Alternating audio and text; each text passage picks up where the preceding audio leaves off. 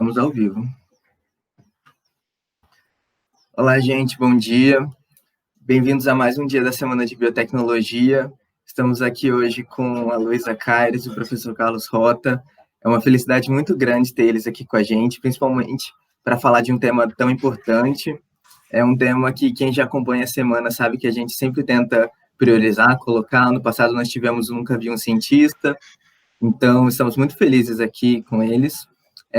Quem vai abrir é a Luísa. Ela é editora de ciências do Jornal de Ciências USP, e o professor Carlos Rota, professor do IQ. Então, sejam muito bem-vindos.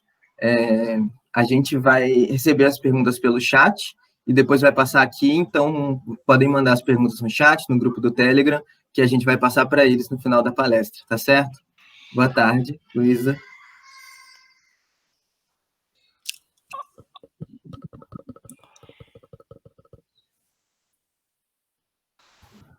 Luísa, não estamos te ouvindo. Opa! Boa tarde, pessoal. Mexi a boca por enquanto aqui, mas agora eu vou falar. Primeiro, muito obrigada pelo convite, pessoal da Semana de Biotecnologia. Parabéns pela iniciativa. Acho muito legal quando alunos se movem para fazer coisas assim. Achei a seleção incrível, a seleção de atividades e palestras que vocês fizeram. Bom, eu sou editora de ciências do Jornal da USP. Para quem não conhece, o Jornal da USP é jornal.usp.br. É um veículo que ele é da universidade, mas ele procura ser interessante para público externo, interno, independente de onde está. Não é um jornal da comunidade universitária, vamos dizer assim, é um jornal voltado para fora. E se você, sendo aluno ou integrante da USP ou não, quiser conhecer, eu cuido da parte de ciências, que é um dos carros-chefes do jornal, que também tem cultura, atualidade, universidade. E a gente basicamente faz a divulgação de resultados de pesquisa, principalmente da USP, muitas das vezes associados com outras universidades, como é comum, né, na ciência, esse tipo de colaboração. E a gente está também em todos os meios, quase todos, assim, vamos dizer assim, né, de redes sociais, podcast, temos vários podcasts no Jornal da USP. O principal de ciências é o podcast Ciência USP, que também é o nome das nossas redes sociais, onde a gente faz divulgação científica, meio que separado, assim, né, do perfil institucional. A gente tem uma linguagenzinha um pouco mais, tentando ser mais, assim, informal, né, poder lidar mais com a linguagem da rede, das redes sociais em si. E, assim, o que eu queria falar, assim, esse tempinho aqui para a gente falar pouco, né, falar um pouquinho só, falar sobre o tema da palestra em si, que seria da mesa em si, que seria a divulgação científica na pandemia, e a comunicação científica, né, porque, por exemplo, no jornalismo a gente faz uma comunicação de ciência, que não é exatamente divulgação científica. A gente pode até mais para frente falar um pouquinho desses conceitos, das diferenças. Eu vou falar mais do jornalismo científico aqui, que é o que eu estou trabalhando mais ultimamente. Eu acho que a pandemia trouxe muitos desafios para a gente. E esses desafios que, assim, a pandemia é horrível, não tem nada de bom na pandemia, tá? Vou deixar isso bem claro primeiro. Mas a partir dos desafios a gente se vira e aprende a fazer coisas novas. Também acontece, né? Todo momento de dificuldade a gente acaba tentando achar novos caminhos para fazer as coisas. Uma das dificuldades maiores que a gente tem é a incerteza. A gente trabalha com incerteza e eu acho que, assim, é uma dificuldade que se estende desde a ciência até quem trabalha com a comunicação da ciência. Então, acaba ficando uma coisa um pouco complicada para a gente, porque os cientistas, a ciência não... Obviamente que vocês, como pessoas que são interessadas em ciência, ou cientistas, ou se formando para ser cientistas, sabem que a ciência não trabalha com certezas, mas, enfim, a gente dá as últimas versões do conhecimento, né? Alguns que já estão consolidados há bastante tempo. E no caso da pandemia, poucos eram os conhecimentos que você podia dizer assim, isso aqui eu posso falar com segurança, né? Apesar de ser um vírus que era de uma família já conhecida, no decorrer aí da pandemia, ele foi mostrando que ele tinha características bem próprias, né, em relação aos outros coronavírus, e as pessoas, o público, ele não entende isso nem da parte da ciência, nem da parte da comunicação, então o público quer respostas, e a gente também, outra dificuldade que a gente lidou com o público muito ansioso. Então, se você dá a informação pela metade, às vezes você só tem a informação pela metade, mas as pessoas não ficam satisfeitas, né? Isso é absolutamente normal, o público está no papel dele. É normal, mas ao mesmo tempo tem uma pequena deficiência aí, que é as pessoas não conhecerem nada de como a ciência funciona. Eu não tenho ilusões de que, assim, uma quantidade massiva de pessoas vão conhecer muito bem, muito detalhadamente como a ciência funciona, mas acho que o mínimo a gente tem que ter, né? A gente fala de alfabetização científica, o pessoal fala de várias alfabetizações aí, alfabetização financeira, alfabetização para mídia, tem isso também na comunicação, a gente fala, você aprender a ler a mídia, né? Você aprender até assim, questão de estatística, às vezes jogos com números que as pessoas falam. Então, para a ciência, você também teria que ter uma ideia mínima, né? Então, a gente lidou com um público que não tem, a maioria do público não tem nem a noção básica de como a ciência funciona. E eu não estou falando de público que não teve acesso à educação formal. Público, às vezes, que fez escola particular, às vezes público que fez um curso de graduação de uma área que acabou não entrando muito, apesar do que eu acho que todas as áreas devem aprender a lidar com ciência, até, por exemplo, direito, é uma ciências sociais aplicadas, mas tem uma parte científica envolvida ali também, que são próprias da área, mas podem ser consideradas ciências também, por isso que se chamam ciências sociais aplicadas. Enfim, todo esse público que tem uma dificuldade grande de entender como funcionam as coisas mínimas da ciência. Então, a gente teve que dar uns passos atrás. A gente, inclusive, fez uma matéria no Jornal da USP muito, muito legal. Quem fez foi o Matheus Souza, que não trabalha mais com a gente, que ele foi estagiário. Ele fez uma matéria sobre como funciona a ciência numa pandemia. Na verdade, o nosso intuito era falar como funciona a ciência. É meio assim, um pouco megalomaníaco, mas para uma reportagem. Mas, enfim, e usamos o mote da pandemia para falar o que era usual, né, no funcionamento da ciência e o que estava diferente. Uma das coisas que a gente abordou nessa matéria, que também vou falar aqui rapidamente, é a questão dos pré-prints. A gente já no jornalismo de ciência, eu já tinha recebido alguns pré-prints algumas vezes, mas, assim, a questão durante uma época de emergência, os próprios cientistas, assim, que nem tinham o costume de usar esses repositórios de pré-print, que são artigos, falar que eu não sei quem está assistindo a gente, mas que são artigos que ainda não foram submetidos à revisão por outros cientistas fora do grupo, né, e não foram submetidos a uma revista científica ainda, mas os cientistas acharam que eles tinham que divulgar aquilo o mais rápido possível, por N motivos, que incluem também poder compartilhar essa informação, que pode ser útil para outro cientista que está lá trabalhando numa coisa parecida e acelerar um pouco as coisas, já que a gente estava num momento de emergência.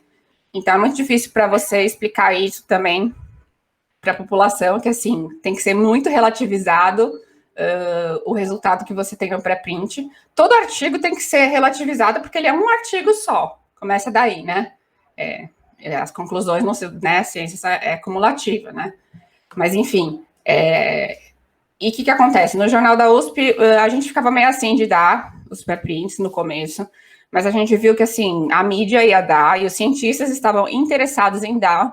Por exemplo, eu vi até no Facebook pesquisadores divulgando os próprios pré-prints, entendeu? Então, assim, não é só que ele queria dar acesso ao outro cientista. Se ele pôs ali no Facebook, que é público, ele pode entender que o público em geral também vai ter acesso. Então, não tinha como a gente esconder. Esse é uma coisa, assim, nem acho que teria, tá? Não, essa é uma coisa que, de jornalismo científico, a gente sempre fica... Qualquer jornalismo, na verdade, a gente sempre fica muito assim, as pessoas às vezes não entendem. Tem alguns fatos que você fica pensando assim, né, vários do ponto de vista ético, tem algumas questões que você pensa, eu devo ou não divulgar isso. Quando você pisca o olho, hoje em dia, alguém já divulgou. Então, aí você vai fazer apagar, no caso da ciência, né, quando é divulgado de uma forma ruim, você vai fazer apagar o incêndio. Então, é melhor que você esteja preparado para lidar com aquilo, e a gente optou por não esperar, né, teve muito... O que me preocupava mais, principalmente, eram pré-prints em relação a possíveis tratamentos, e principalmente coisa de reposição de fármaco, né? Porque se é um remédio que está disponível nas farmácias, uma coisa é a pessoa saber que tem uma molécula que é interessante, e tudo bem, pode não ser o máximo, a notícia pode dar uma ideia um pouco errada de que aquilo realmente é tão promissor assim. Isso é uma coisa. Outra coisa é você falar de um fármaco que, assim, um estudo mostrou que aquele fármaco pode ser também usado para Covid, e a pessoa ir lá na farmácia e começar a usar. E a gente viu que isso aconteceu demais, e isso foi, de certa maneira, até institucionalizado através do governo, que se envolveu muito. Acho que eu tô passando do meu tempo já, não? Tá. O governo acabou tendo... e aí eu entro num outro desafio que a gente teve, que é a politização da pandemia, né? Então, e para a gente que está tanto para os cientistas quanto para os comunicadores, é muito ruim isso. O Ministério da Saúde, por exemplo, o Ministério da Saúde, assim, é a referência primária que a gente sempre teve. Eu quero colocar alguma coisa, ou fazer alguma ação de divulgação científica, e eu não sei que fonte colocar, eu olho o que tem lá no Ministério da Saúde. Porque, para mim, aquilo é a fonte, entre aspas, final. A partir do momento que o Ministério da Saúde não deixa de ser uma fonte que eu possa confiar bastante, isso deixa a gente um pouco órfão, sabe? Aí você vai ter que procurar outras fontes, você começa a procurar fontes internacionais, Ministério da Saúde e OMS, né? Embora a gente saiba que a OMS não é perfeita, e ela também está no momento de emergência, que ela também vai cometer alguns erros, vai voltar atrás, enfim. Então, isso foi bem complicado para a gente, e a gente... Quando a pandemia é politizada, ela também envolve a questão de polarização. E aí você tem que, entre aspas, se defender ou defender a informação que você está dando de vários ataques, tanto assim, de realmente você tá trazendo uma informação que ainda não está tão bem consolidada realmente, quanto de ataques que são originários por questões políticas, ideológicas. Então, mas para não ficar só chorando aqui, que foi muito difícil o nosso trabalho, o trabalho de todo mundo foi difícil, está sendo difícil quem trabalha com ciência nessa pandemia. Para finalizar, eu vou falar de uma coisa, assim, boa que aconteceu, né, além das lições que a gente teve do ponto de vista da comunicação, não do ponto de vista da sociedade toda, porque não é, como eu já falei, vou repetir, vai que alguém só vê esse final.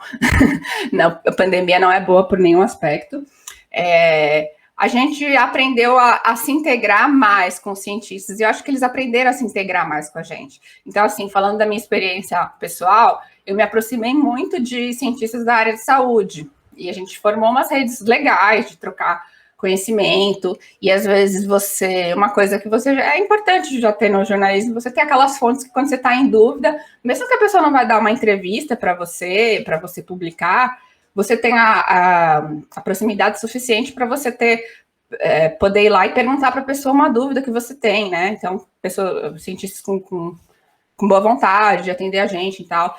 E eu acho que isso fortaleceu a gente, assim, de alguma maneira. Acho que a gente vai sair com uma lição, com esse ganho, vamos dizer assim, na comunicação da ciência. E o resto, vamos esperar para ver. Agora eu vou deixar o Carlos Alta falar. Obrigada.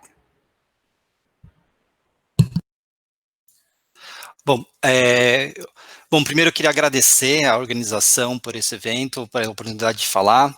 Eu acho super legal estar aqui presente com a Luísa, que está fazendo um mega trabalho, já estava fazendo um mega trabalho antes da pandemia, e agora, então, é um trabalho gigantesco.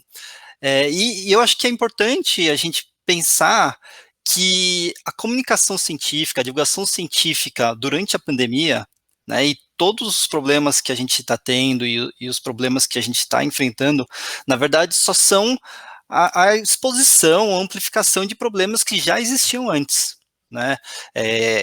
São coisas que estavam presentes e de repente ficaram urgentes, né?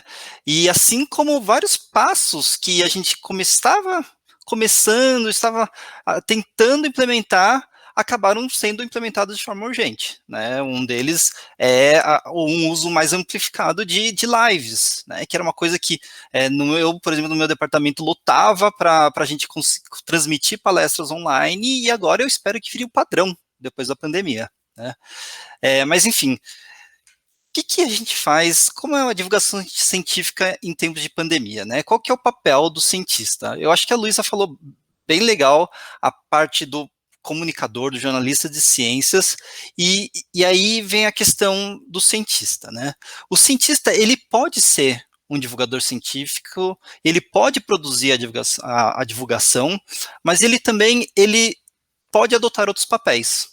Um deles, a Luísa já mencionou, que é o papel de fonte, né? Então ele passa a ser fonte do jornalista, ou um consultor do jornalista. E outro papel, ele pode ser um mediador de informação, né? Então ele lê informações e ele, como mediador, ele fala, olha, eu acho que essas informações aqui têm um grau de confiabilidade maior do que a média do que a gente tem, né? E esses são papéis que nem sempre são lembrados quando a gente fala de divulgação científica ou do papel do cientista como um divulgador, né? E, na verdade, são muito importantes. Mas o que a gente vê, né? São coisas que já existiam antes e que agora se tornam cada vez mais urgentes a ponto de vidas estarem em jogo. Uma delas, obviamente, é desmentir desinformação. A gente já vivia num oceano de desinformação a ponto de influenciar eleições, e agora com a pandemia a gente tem uma quantidade maior, e são desinformações que podem custar vidas, né? Então é uma coisa que é muito urgente e é muito importante dos cientistas se mobilizarem e agirem nesse sentido. Outra coisa que eu acho que os cientistas devem e já deveriam estar trabalhando no aumento da confiança da população na ciência e nos cientistas. Então tem sempre uma expressão que as pessoas usam que é, brasileiro odeia ciência, né? Mas o que a gente sabe sobre o que os brasileiros sabem, o que eles acham, né? Os dados mostram, na verdade, que os brasileiros têm um interesse muito grande em ciência, né? E muitas vezes esse interesse mistura um pouco com saúde e tecnologia, mas também são facetas da ciência, né? Então o brasileiro é interessado em ciência. E o brasileiro, ele confia na ciência e nos cientistas, certo? Então, recentemente teve uma manchete falando que o brasileiro é um país que menos confia nos cientistas. Mas quando você olha os dados, você vê que no universo perguntado, políticos, líderes religiosos, o cientista está lá em cima. É que o brasileiro não confia em muita gente mesmo, né, de acordo com aquela pesquisa. Mas os dados que a gente tem é que o brasileiro confia na ciência e confia no cientista.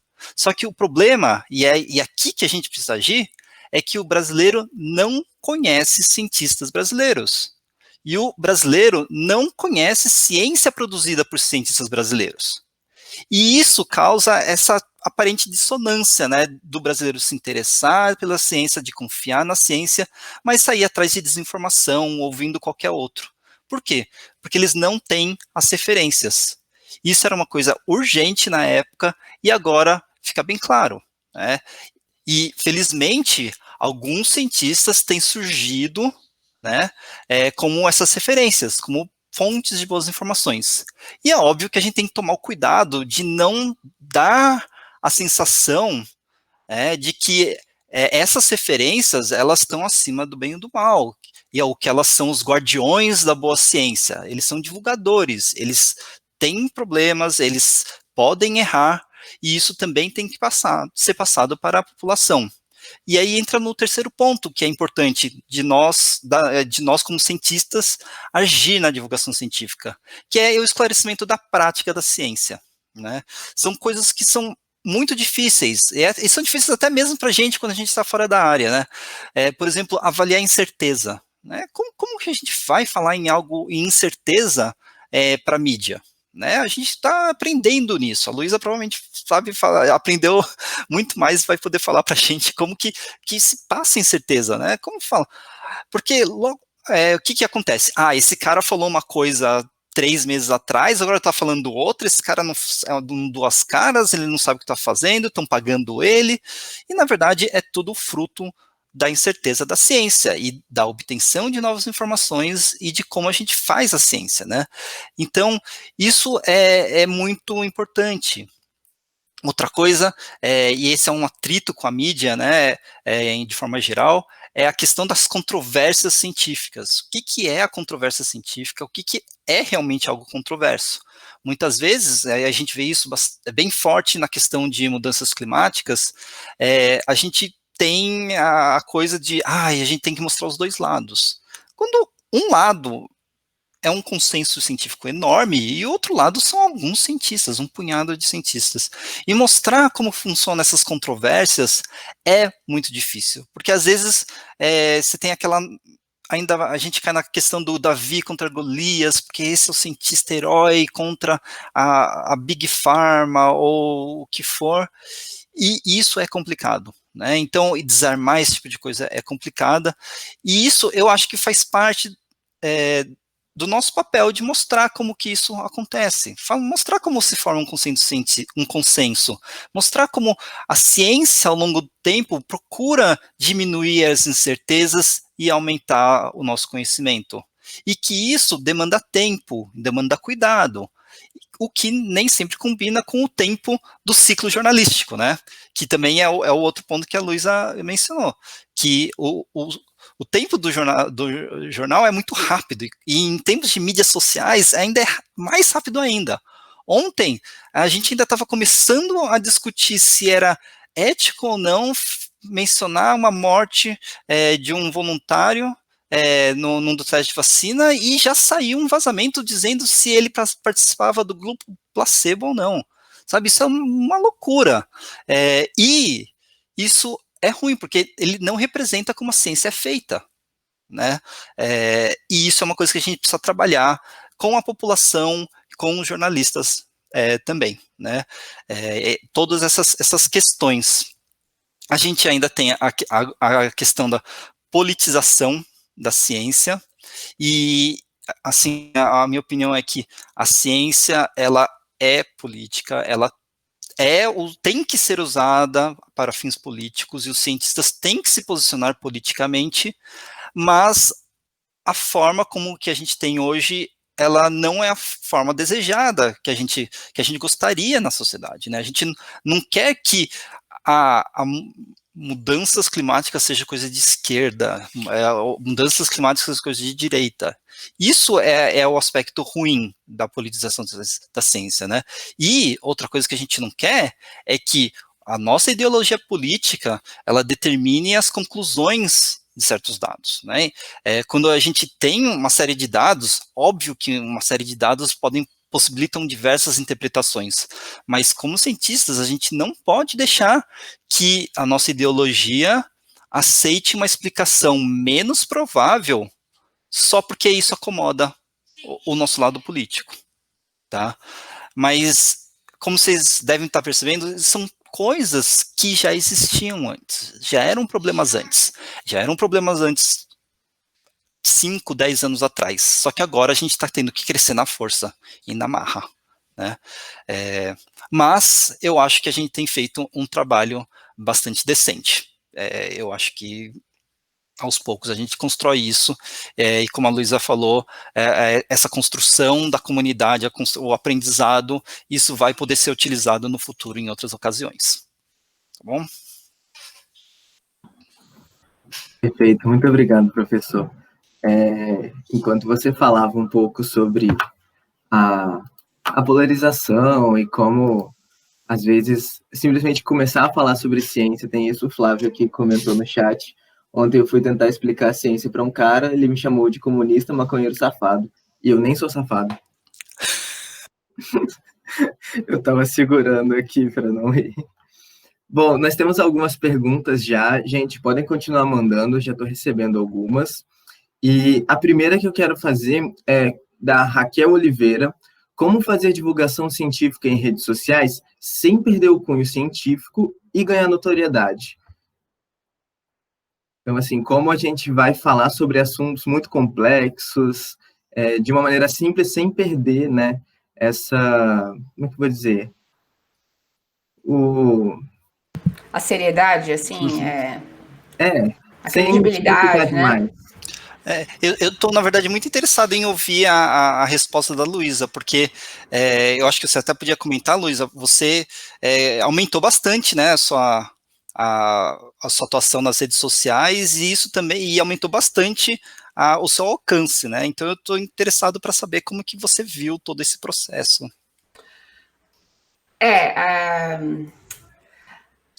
Para mim, assim, eu estou sempre, como eu não sou cientista, eu estou sempre muito bem escorada nos cientistas. Eu não faço nada sem os cientistas, né? Então, acho que isso tem que ficar bem claro para quem não é da área de ciências e que deseja fazer divulgação científica. E assim, eu acho interessante que os dois atuem juntos, os dois grupos, né? Eu gosto também que acho super interessante, quanto mais cientistas encontrarem um caminho de conseguir fazer divulgação científica e ter bastante visibilidade, melhor, assim, para mim. Sempre que eu faço alguma thread no Twitter, que é onde eu faço mais divulgação científica, eu procuro marcar sempre pesquisador, ou mesmo o pessoal que está na graduação ainda, mas já faz divulgação científica e já sabe muito mais que eu daquela área que eu estou falando, para trazer uma coisa nova, né? Então, assim, hoje eu coloquei lá, olha só, tipo, muito sensacionalista, né? Mas eu não tenho culpa, as coisas aparecem. uma thread lá sobre uma cobra de 2 cabeças. Apareceu essa notícia agora. Aí, claro, eu não vou só colocar a foto da cobra de 2 cabeças e, que coisa bizarra, medonha, né? O que me chamou a atenção quando me contaram dessa história da cobra de 2 cabeças, eu nem tinha pensado em fazer nenhuma divulgação sobre isso, mas aí me falaram assim, elas não sobrevivem quando elas estão no ambiente é raro, porque elas têm 2 cérebros, então elas ficam confusas, né, porque são 2 cobras. Então atrapalha a caça, ela, né, pode virar um predador mais fácil. Isso foi o que me interessou. Se fosse apenas a notícia de uma cobra de 2 cabeças, mais uma na vida, né? Porque bicho de 2 cabeças, a natureza é assim, né? A natureza não é bonita, a natureza é cheia de falhas. E aí o negócio no desenvolvimento embrionário lá não funfou. Então, assim, não ir para você chamar a atenção do público com bizarrice, com coisa engraçada, né, com bicho fofo, tudo isso não é tão difícil. E aí, são exceções, mas você vê que tem um pessoal que tenta fazer divulgação científica e acaba caindo só nisso.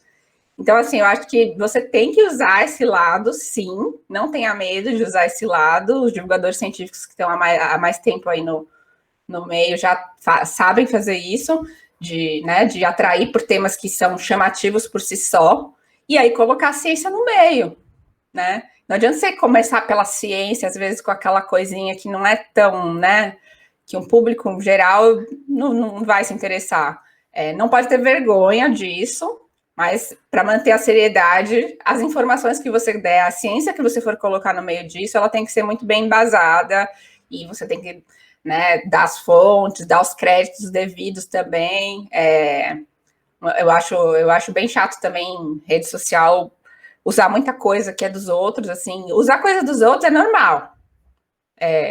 As coisas não se criam em rede social, isso também é normal. Não sei que você copia inteiro, né? O cara fez uma thread lá, ou fez um post no Instagram, e você pega a ideia inteira e copia e faz a sua versão. Aí eu já não acho legal. Mas, enfim, adaptar ideias, isso é normal, mas você tem que dar fonte e dar o crédito sempre para as pessoas. Ainda mais se o crédito é outro cientista, né? Então, Eu acho que é um jeito de você manter, não sei se essa é exatamente a pergunta, mas manter a credibilidade. E eu acho que as pessoas, felizmente, têm gostado do meu trabalho, porque eu acho que eu estou conseguindo atender essas duas expectativas, né? Pelo menos é o que eu me esforço para fazer. A expectativa de trazer algo que seria um conhecimento com um certo entretenimento, né? Que informação também pode entreter, né? A gente está cansada de ver isso. Mas manter a seriedade da coisa, assim. Eu acho que uma coisa interessante das redes sociais é exatamente essa proximidade que a gente cria com o nosso público, né?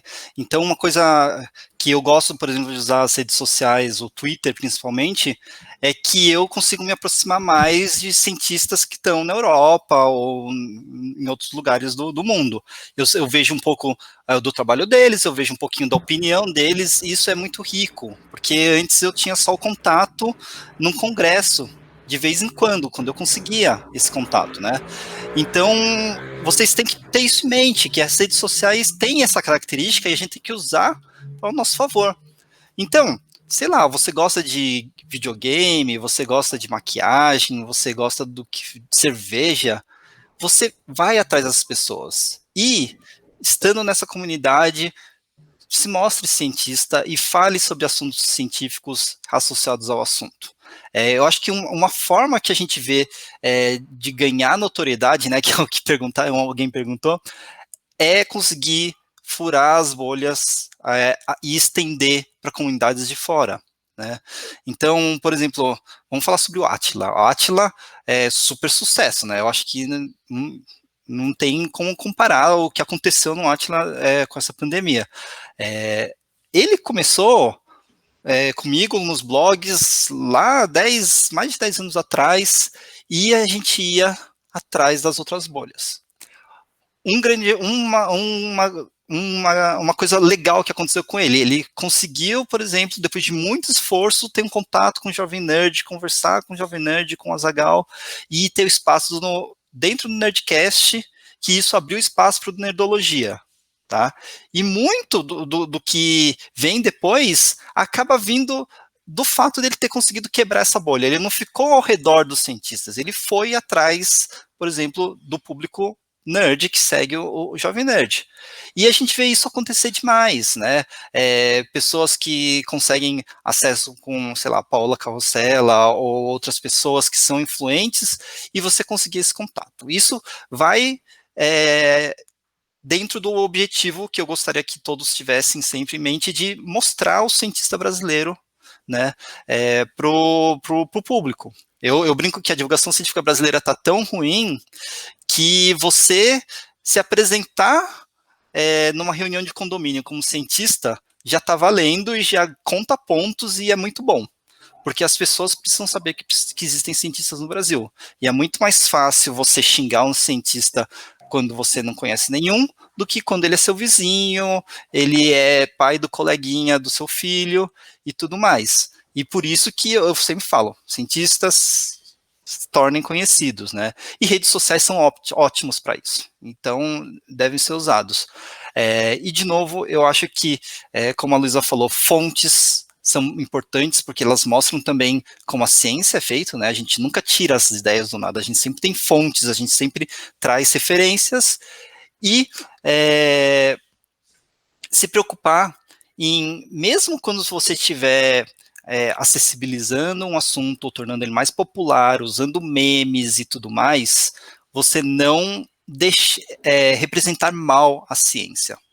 No sentido, você não mostrar algo que não mostre como a ciência é feita. Né? Então, a gente tem um biólogo muito famoso em emissoras, e a atuação dele mostrando a natureza, mostrando os animais, não corresponde à atuação do cientista no campo. Tá? Então, isso é um desserviço. Isso não é legal. Fazer imagens bonitas, trazer animais para perto do público, mostrar curiosidades, isso é legal. E mesmo quando você estiver falando do assunto no momento, às vezes fazendo algo mais caça-clique, caça-seguidor, se lembrar disso. Você, no fundo, você não pode representar mal a sua classe ou a ciência que você está defendendo.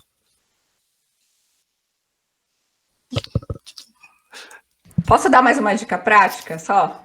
Claro. Gente, trabalhem com a imagem de vocês. A imagem, assim, vocês não são celebridades do cinema, né? Capa de revista, não é isso que eu tô falando. Tem dois aspectos da imagem.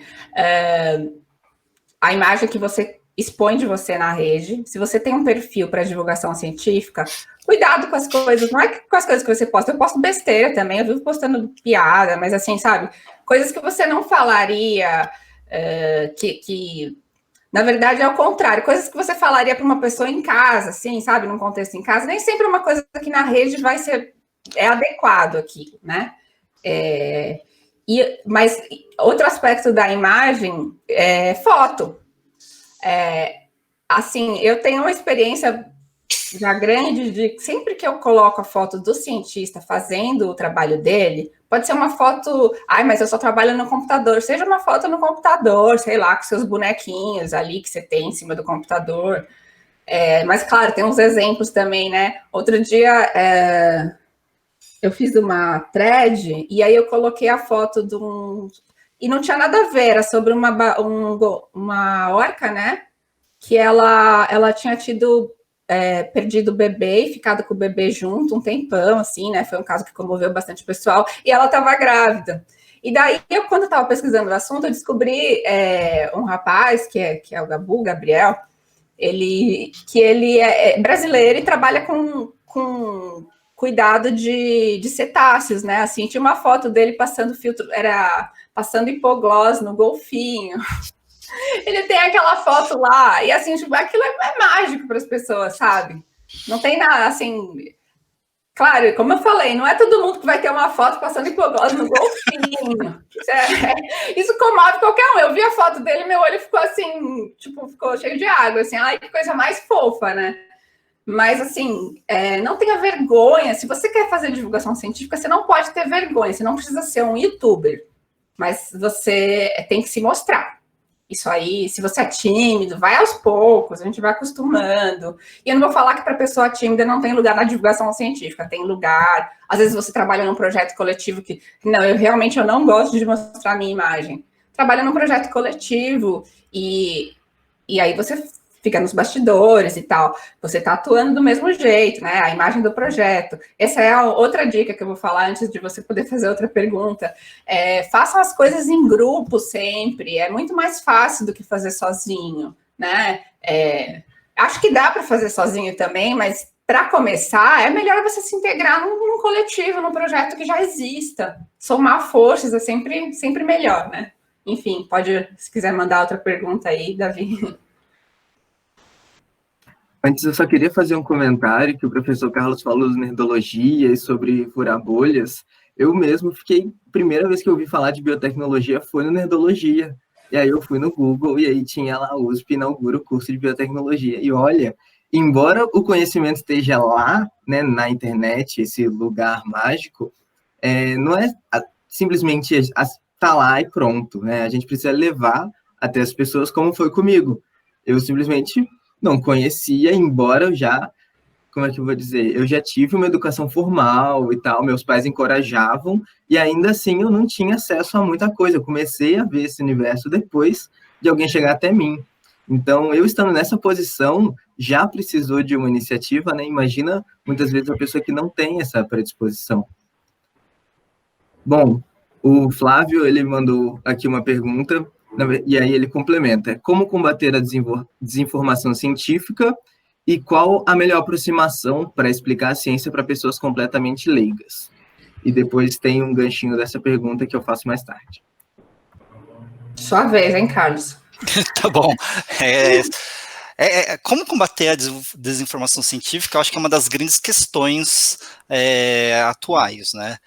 E a gente não tem uma resposta muito adequada. A gente sabe, por exemplo, que não é o combate direto nem sempre é muito eficaz, mas às vezes sabe? Então, as coisas são... É delicado, é uma situação delicada, né? Coisas que eu vou falar que eu gosto como práticas, assim, eu acho que não é muito legal você responder diretamente à pessoa, porque isso vai mostrar, vai amplificar a mensagem da pessoa, e muitas vezes essa pessoa ganha mais seguidores nisso. Então, como combate desinformação científica? Você fornece informações científicas desassociadas das informações, né? E é claro que para isso você precisa ter uma proximidade com o seu público, né? Então você precisa cultivar um público que vai estar aberto para isso. Então, por exemplo, outra coisa, quando uma pessoa acredita em algo e você chega e vira, você está errado, a verdade é essa, o que a pessoa vai fazer? Nossa, você está certo. Não, a pessoa vai falar, quem é você? Sai fora, tchau. E se fecha, tá? Isso acontece muitas vezes.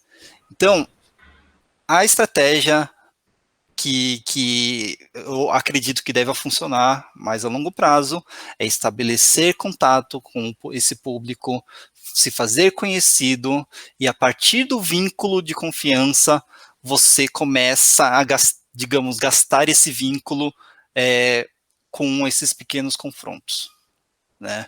Então, é um equilíbrio, você gera esse vínculo e você usa isso para desmontar essas crenças. Não é um trabalho fácil, é um trabalho difícil, às vezes dá vontade só de parar e xingar todo mundo, mas o problema é esse, o que a gente não quer é que as pessoas deixem de ouvir a gente quer que elas continuem ouvindo a gente, tá? E possivelmente amplificando dentro das bolhas delas o que a gente fala. E isso a gente só consegue estabelecendo laços emocionais, laços de confiança, e isso dificilmente se consegue com confronto direto e com agressividade. Só para complementar, acho que não tem muito mais coisa para falar, mas eu acho que trabalhar dentro de círculos pequenos, às vezes o círculo da sua família, mas não com confronto, né? Tem relato de gente assim que, né, insistia, a mãe mandava no grupo sempre mensagens, né? Não sei o que lá, da vacina da China, não sei o que lá, insistia, mas não naquela coisa, né? Isso é bem delicado também, que família envolve outras questões, mas enfim, naquela coisa delicada de realmente de diálogo e tal, mãe, isso aqui não é assim, por isso. Ela mandou mais algumas vezes, depois de um tempo ela passou a parar de mandar. Tem um pessoal que faz umas iniciativas legais, o pessoal do Video Academics também, que é um grupo de divulgação científica, que acho que é baseado lá em Ribeirão Preto. Eles fizeram um guia, um manual de fake news, para você identificar a anatomia das fake news, na verdade, né? Pontos que te mostram por que uma notícia tem uma chance maior de ser fake news, né? Então, eles mostram cada usa a fonte, usa uma fonte, assim, né? Mistura informações verdadeiras com informações falsas, coloca uma referência a um médico do Hospital das Clínicas, usa conotação muito emocional, às vezes usa mensagem religiosa junto. Não necessariamente esse material vai chegar direto para as pessoas que precisam, né? Mas, assim, a gente estando em posse desse material, a gente que já tem isso mais ou menos em mente, fica uma coisa mais sistematizada para se a gente for conversar com alguém sobre isso, ou dar uma palestra sobre isso, a gente ter como falar isso de uma maneira bem simples, assim, né? Então, tem umas iniciativas legais sobre isso. Eu acho que fazer perguntas para a pessoa que sejam delicadas, né, perguntas feitas de forma delicadas, mas que façam a pessoa refletir mais de um segundo sobre a desinformação, muitas vezes avança bastante. Porque o que acontece? A gente pega o WhatsApp ou o Facebook e vê que uma pessoa que a gente gosta muito compartilhou uma informação. Cara, essa informação, seja ela verdadeira ou falsa, ela tem um peso gigante, né? E por isso, isso é uma das coisas que prejudicam a gente, né? Que a gente, depois de desmontar isso, demanda muito tempo e muita energia, né? Ou seja, para cada desinformação que aparece, a gente demora 5 vezes o tempo dessa desinformação, às vezes, para a gente desmontar. E por isso que é um desafio muito grande, né? Mas eu reforço isso que o Otto falou, pelo amor de Deus, gente, não dê RT comentado em pessoas que estão falando groselha, vídeos. Assim, eu dou não tanto, mas eu ainda dou um desconto para quando assim, é coisa que o presidente falou, porque assim, a gente não é meio limitado para conter uma mensagem do presidente, mas enfim. Muitas vezes ele pode estar fazendo isso, muitos políticos estão fazendo isso, porque, na verdade, eles estão querendo mudar o foco do debate para outra coisa, a gente está ajudando ele, mas enfim. Mas, pelo amor de Deus, não quer criticar uma coisa, critica sem citar a pessoa. Eu faço isso às vezes. Eu vejo uma coisa assim, e às vezes, quando é coisa assim, mesmo quando eu vejo uma coisa que alguém que eu gosto cometer uma falha tal, em geral eu falo com a pessoa, mas se não for o caso, eu não tiver tanta intimidade com a pessoa, às vezes eu faço uma crítica geral a um comportamento, sabe? Não precisa rivalizar, esse negócio de treta, assim, é totalmente viralizável, é o que mais... Nossa, só você colocar uma palavra mais brava, assim, o negócio rapidamente, vários compartilhamentos, é bem diferente, você faz um fio lá de divulgação científica, vai devagar, agora você coloca uma bravata, uma coisa mais inflamada, então, assim, realmente não compartilhem aquilo que você discorda, compartilhem aquilo que você acredita, exponham aquilo que você acredita, é um caminho muito melhor. Aquele fenômeno do Twitter que é ver uma tag irritando, e aí você entra e só tem pessoas criticando a tag. Pois é. Talvez ela não estivesse lá em primeiro lugar, né? Se não fizessem isso. Com certeza. Bom, o Arthur e o Felipe Gobi, Arthur França e Felipe Gobi, mandaram perguntas parecidas quase ao mesmo tempo. Elas falam sobre a falta de entendimento sobre como funciona o método científico, né? Nesse sentido de educar uma população como pensar cientificamente, isso seria primeiramente papel da educação básica, ou quais são as melhores abordagens, né, para poder fazer isso, construir uma sociedade educada cientificamente? Eu acho que é papel da educação, sim, mas a gente não pode lavar as mãos com o que já está aí, né? Então, na divulgação científica e no jornalismo científico, mesmo que você não vai passar uma matéria inteira falando do método, mas você vai colocar algumas inserções sobre método. Também, quando eu trabalho com divulgação científica, vira e mexe, assim, eu deixo aquela hint, aquela dica, assim, né? Não é assim, porque ciência funciona desse jeito, né? Então, não é aquela coisa chatona de ficar explicando e tudo o tempo inteiro, mas, assim, sempre que possível, deixe aquela sementinha ali, porque, assim, ainda que seja um problema de longo prazo e que tem que ser resolvido com medidas estruturais, a gente tem que fazer a nossa parte com o que já está aí, né? Só um comentário para o pessoal do Caban, já vamos pensar num post sobre duplo cego, aproveitar que saiu a notícia ontem, o pessoal, como é que vazou, como é que ninguém sabe? Vamos falar sobre duplo cego. Mas é isso mesmo, quando você vai falar sobre uma descoberta, a tentação é falar, olha só o que descobriram, que legal. Mas o que é muito interessante, e às vezes você consegue engajamento por causa disso, é falar, qual era a pergunta que eles fizeram? Como eles tentaram resolver? O que eles tiveram como resultado? E aí mostrar a descoberta, né? E isso, eu vou falar agora do meu papel como cientista, tá? Isso diferencia um pouco, às vezes, o meu papel do papel do jornalista científico. Porque uma tentação muito grande da gente, e isso era muito grande nos blogs, agora eu vejo um pouco menos no Twitter e outras redes sociais, é competir com o jornalista. E não tem isso. Primeiro, que você não vai conseguir competir com o jornalista, ele é melhor do que você nisso que ele está fazendo, nessa parte de comunicar. Muitas vezes é a profissão da pessoa e você e no seu caso, a divulgação é uma coisa que você faz à parte ou em paralelo, e não precisa, na verdade. Então, qual seria um papel do cientista divulgador? Um dos papéis é você pegar a notícia e dar uma camada a mais de complexidade. E essa camada pode ser justamente você mostrar o método científico funcionando para a chegada dessa conclusão. Então, falar, olha, descobriram um buraco negro. Como que descobriram um buraco negro? Por que descobrir o buraco negro, né? O que a gente não sabia? Por que isso é importante?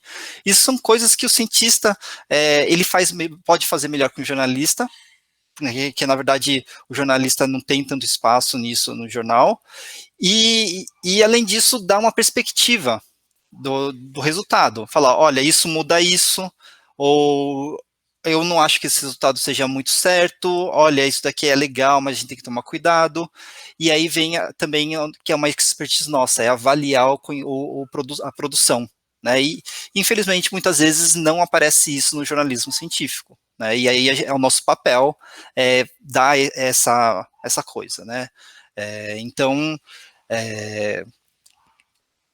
e novamente, não pensar que o nosso papel é corrigir, é confrontar o jornalista, né? Não, eles têm um papel importante e a gente só atua em conjunto, né? Que eu acho que é essa mensagem que eu e a Luísa a gente está tentando passar o tempo todo.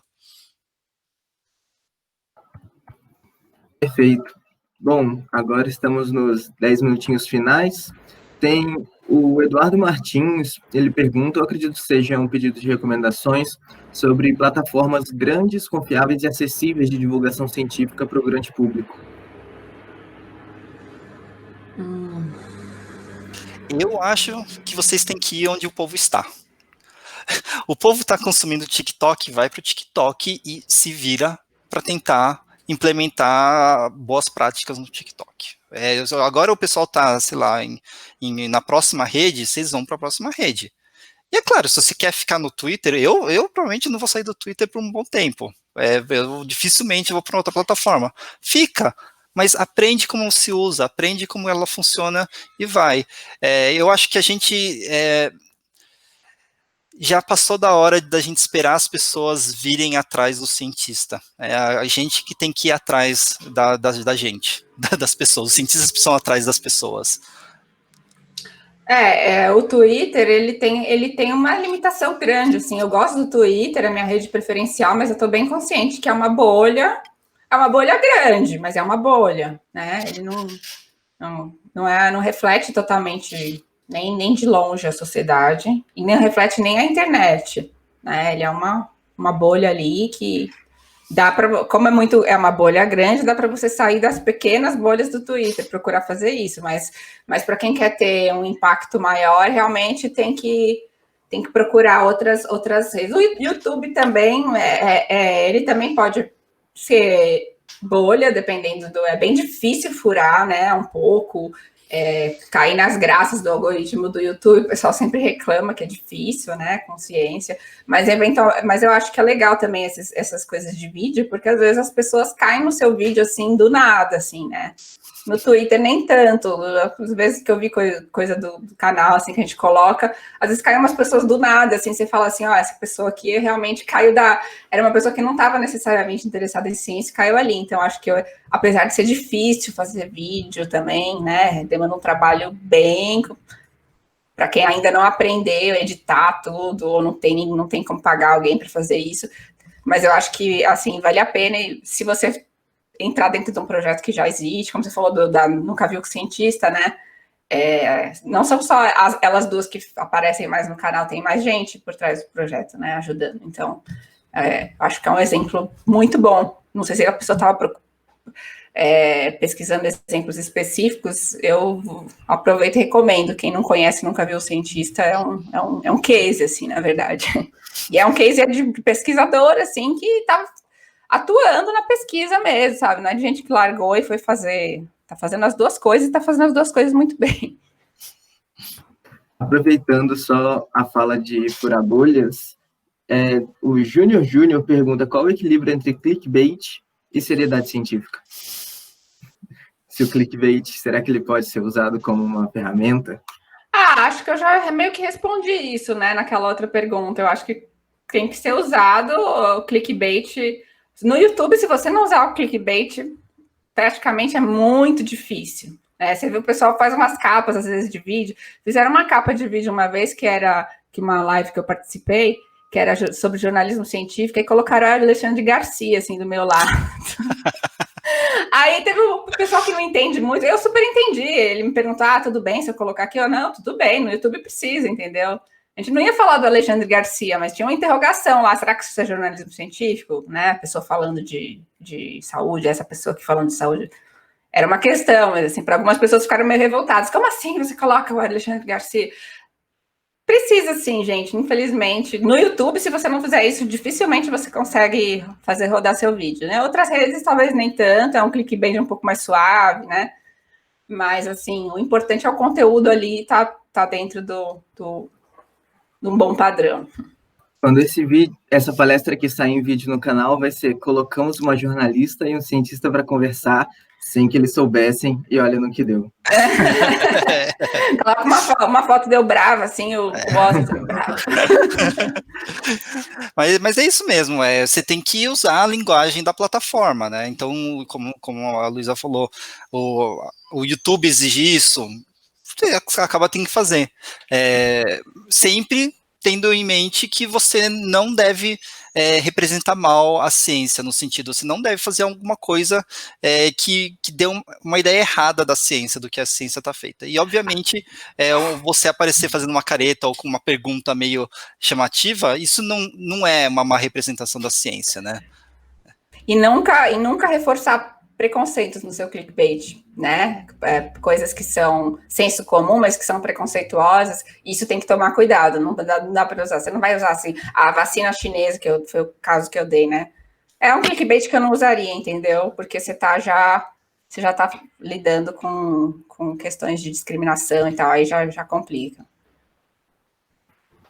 Teve um comentário, eu perdi ele aqui, mas ele falava sobre como a gente lidar com outras pessoas que, digamos, estou na graduação, ou meu amigo da graduação, que está divulgando informações incorretas, digamos assim. Como a gente chega para alguém que tem alguma autoridade, assim, um argumento de autoridade na hora de falar, né? Chegar no almoço de família. O meu primo biólogo, ele falou que cloroquina é bom. Como é que a gente lida com essa pessoa? Putz, eu não sei responder, eu só vou dizer assim, sempre que você vê outra pessoa da ciência, outro divulgador científico cometendo algum equívoco, nunca fale isso em público, ou se você estiver nas redes, nunca comente em público, sempre vá na pessoa primeiro, né? O pessoal fala assim, mas já me falaram assim. Eu tô até respondendo, não tô respondendo muita pergunta, mas aproveitei só para falar de outro assunto rapidamente. As pessoas me falam assim, mas na ciência a gente está acostumado um a corrigir o outro, isso é parte da ciência, mas não é parte do repertório ali do público, isso para o público é estranho. Se tem, então ele dá informação errada, eu não vou mais seguir esse perfil, sei lá, em quem que eu confio? Não, trabalha junto com a pessoa, fala pessoalmente, né? É bem melhor, ou uma DM se for na rede. Muitas vezes é fácil cair nessa tentação e outra coisa, quando a gente entra numa discussão, a gente, como cientista, às vezes a gente é muito seco e dá uma impressão que a gente é arrogante ou que a gente é o dono da verdade, quando isso é muito parte, às vezes, do modo que a gente faz a discussão no meio científico, né?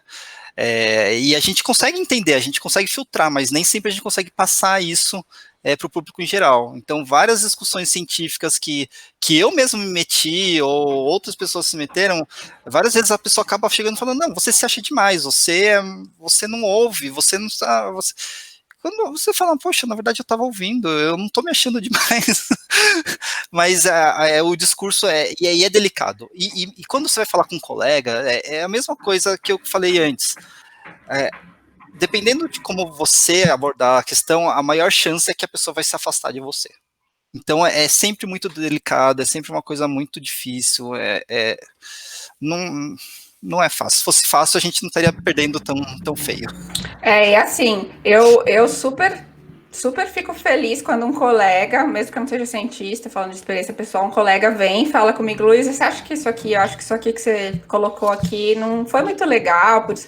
Eu começo a pensar e falo, pô, que bom, cara, que é outra pessoa, uma pessoa que gosta de mim que tá me avisando. É muito melhor do que, né, alguém que talvez não tenha nenhuma relação comigo, aquelas pessoas que, né, não tem muito escrúpulo, ela acabe me expondo na rede, sabe? Então, muito melhor que uma pessoa que me conheça, me avise. Eu gosto quando isso acontece.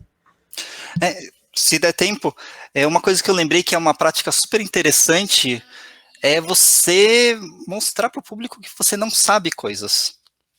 Então, eu estava num programa de rádio, e rádio é aquela loucura, né? Vinha pergunta do público, e umas perguntas que eu não tinha como responder. E aí eu falei, nossa, eu não sei, mas eu estou super curioso para aprender, me conta mais. E isso gerou um engajamento do público gigante. E quando eles começaram a perceber que eu não sabia, mas eu achava legal não saber, e eu estava curioso com o fato de eu não saber, isso gerou uma resposta gigante que eu não esperava. Então, às vezes, as pessoas acham que mostrar as suas falhas no conhecimento, as suas incertezas, o seu desconhecimento, isso vão contar contra você. Mas às vezes não. Às vezes isso mostra uma transparência, mostra que você é confiável, porque quando você falar, você vai ter um nível de certeza maior, e também representa bem a ciência, né? Porque por mais que o cientista goste de parecer dono da verdade, a gente sabe que por trás a gente vive na incerteza, né? E isso é uma coisa muito difícil. As pessoas não estão acostumadas a viver com incerteza. Gente, chegamos ao nosso tempo, infelizmente, porque está muito bom, o pessoal está gostando muito nos comentários. Muito obrigado pela participação de vocês, foi excelente, não tenho nem palavras. Muito obrigado por apoiar nosso evento. E agora nós vamos ficar com o professor Tiago Francoi e Odair Fernandes. Eles vão falar sobre controle de pragas. Controle biológico de pragas, perdão, esqueci a palavra biológico, ótimo. Então é isso, gente, muito obrigado. Obrigada. Tchau, obrigado. Eu vou colocar os arrobas aqui agora, então, para todo mundo seguir vocês lá no Twitter. E é isso, muito obrigado. Daqui a pouco a gente volta. Tchau, até mais. Tchau.